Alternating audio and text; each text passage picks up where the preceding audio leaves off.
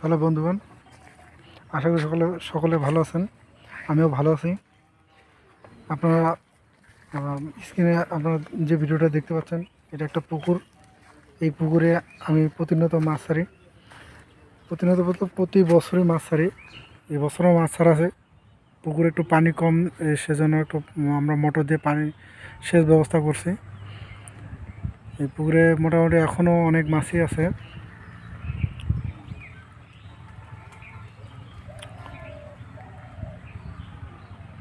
যেহেতু মাছের অবস্থা ভালো, আশা রাখি এবছর মাছ চাষে লাভ করা যাবে। আমরা পুকুরের ধার দিয়ে গাছে মিষ্টি কুমড়া, লাউ, বিভিন্ন সবজির আবাদ করছি।